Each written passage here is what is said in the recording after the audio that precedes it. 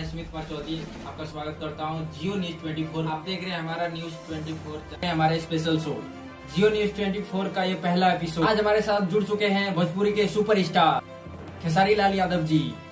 तो चलिए आज हम लोग खेसारी लाल यादव जी से पूछते हैं इस मुकाम तक आप कैसे पहुंचे। So much. और जितनी भी लोग मुझे देख भी रहे हैं और जो देखने वाले हैं उनको भी प्रणाम, और जो मुझे देख रहे हैं उनको भी प्रणाम, और जो बाद में सर्च करके देखेंगे उनको भी प्रणाम, क्योंकि इस आशीर्वाद की वजह से मैं यहाँ तक पहुँचा हूँ। और आपसे बेहतर कौन जानता है जीवन की जर्नी। मुझे लगता है कि हम बहुत कम जानते हैं, लेकिन हमारे इर्द गिर्द रहने वाले लोग सबसे ज़्यादा जानते हैं और समाज सबसे ज़्यादा जानता है। मेरी इतिहास मुझसे ज़्यादा समाज जानती है और मेरे अपने जानते हैं जिनके खुशी के लिए मैं उन लोगों में से है जिनका जिंदगी पूरा संघर्ष से भरा हुआ है। जब वो पैदा हुए थे खुद का उनका घर तक नहीं था।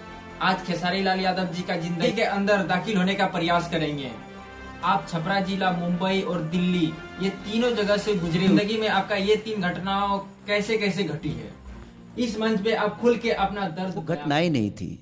मुझे लगता है कि पहला घटना मेरे साथ नहीं, वो मेरे माँ बाप के साथ घटा था।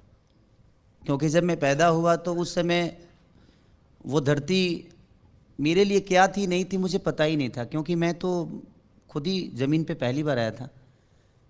तो उस समय मेरे मम्मी बोलती है, पापा बोलते हैं कि घर नहीं था तो बगल गांव में बहुत सारे लोग हैं जो हेल्प करते हैं एक दूसरे का।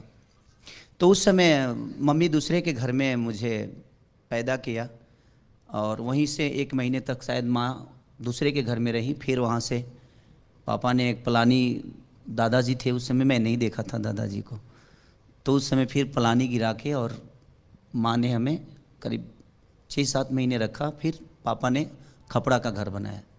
फिर वहाँ से शुरू हुई मेरी जीवन।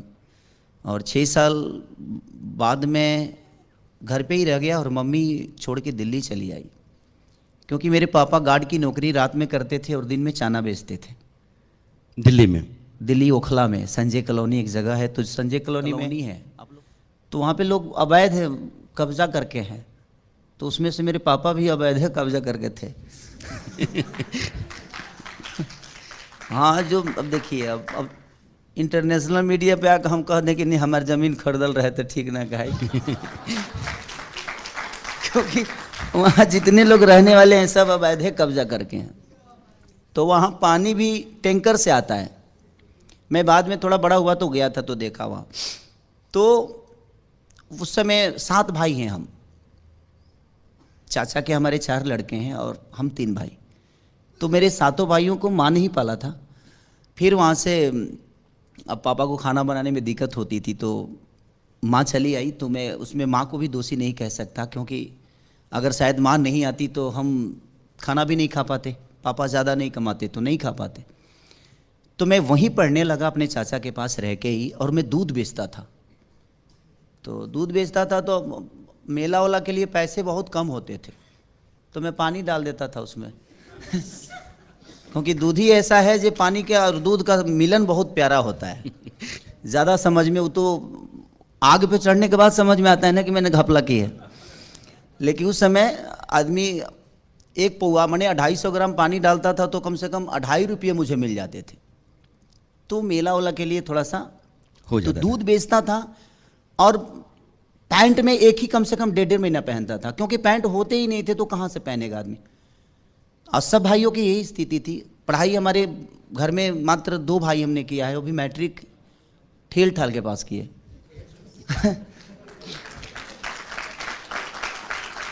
ठेल, अब आप लोग समझ ही रहे हैं ठेल ठाल।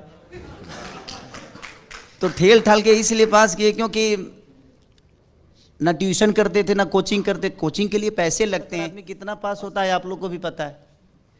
आज जितने लोग यहाँ बैठे हैं हो सकता है जी सरकारी स्कूल से भी बहुत सारे लोग होंगे, ऐसा नहीं है, बट मैं उसको बुरा नहीं बोलता हूँ। लेकिन उस समय स्थिति ऐसी थी कि हमारे पास पढ़ने के लिए कुछ था नहीं, लेकिन उसी में हम 315 पर 3rd डिवीज़न था और हम 2nd डिवीज़न आए थे।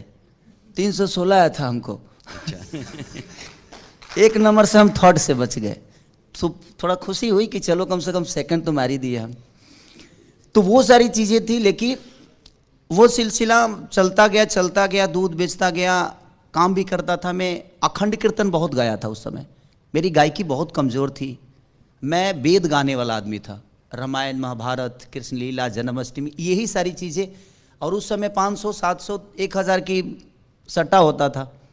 और अखंड कीर्तन में हम इसलिए जाते थे, हमारे सामने हमारे साथ भी आए हैं हमारे कृष्णा बेदर्दी, पवन पांडे, मेरे गांव के राइटर हैं लोग, जिन लोगों ने उस समय मेरा बहुत साथ दिया।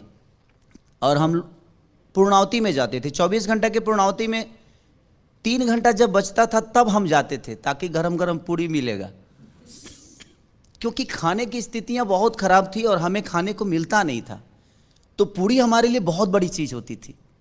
और जब हम अखंड गाते थे तो वो एक सिलसिला होता था कि लगता था कि भगवान राम स्वयं उस मंडप में आके बैठ गए और